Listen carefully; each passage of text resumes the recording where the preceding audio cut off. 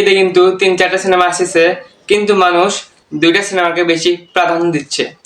এক হচ্ছে বরবাদ, যেটা ব্যয়বহুল একটা সিনেমা শাকিব খানের, এবং দাগি, যেটা করছে আফরান নিশু, এবং তার সাথে আরেকটা সিনেমা আছে জঙ্গলি। সবাই মনে করছিল কিন্তু দাগি প্রথমে যেটা দেখাইছিল হেলিকপ্টার থেকে নাম দিছে, দাগ কেটে রাখো তোমরা, দাগি আসছে সেই ঈদে, সেইভাবে কিন্তু আসলে প্রেজেন্ট করতে পারেনি। আব্বা আমাকে সবসময় বলতো, বিশাল জীবনের একটা লক্ষ্য খুঁজে বের কর। সবাইকে আশা দিয়ে রাখছিল যে হয়তো দাগি আরো ভালো কিছু করবে, কিন্তু সবার আশা ভেঙে গেছে দাগির টিজার দেখার পরে।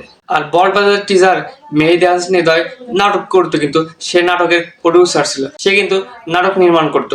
কেউ ভাবতেও পারেনি যে মেহেদী হাসান হৃদয় শাকিব খানকে এইরকম একটা পর্যায়ে এরকম একটা অভিনয় নিয়ে যাবে। সে এত বড় বাজেট একটা সিনেমা বানাবে এবং এত ভালো মানের। সবাই তার টিজার দেখে কিন্তু অবাক হয়ে গেছে, যা চেয়েছিল তার থেকে অনেক বেশি পেয়েছে, কিন্তু আফরান নিশুর টিজার দেখে যা চেয়েছিল তার থেকে অনেক কম পেয়েছে আমার যা মনে হয়। জীবনের লক্ষ্য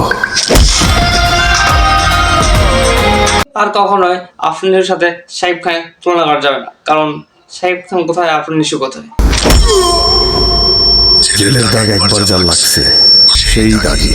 যে জেলে একবার গিয়েছে সেই কিন্তু দাগি, যে জেলে দাগ কেটেছে সেই দাগি। দাগির টিজার কিন্তু আপনারা অনেকে দেখেছেন। আপনারাই বলে যান যে কে জিতবে, দাগি নাকি বরবাদ? অবশ্যই বরবাদ বেশি ইনকাম করবে, কারণ বরবাদের জনপ্রিয়তা বেশি।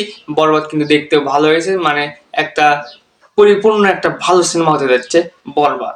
তো আজকে কিন্তু বরবাদের নতুন রোমান্টিক গান আসতে যাচ্ছে, তো সবাই চোখ রাখবেন 7টার দিকে। তো সবাই ভালো লাগবেন, আসসালামু আলাইকুম। পরবর্তী কোনো ভিডিওতে আপনার সাথে আবার দেখা হবে।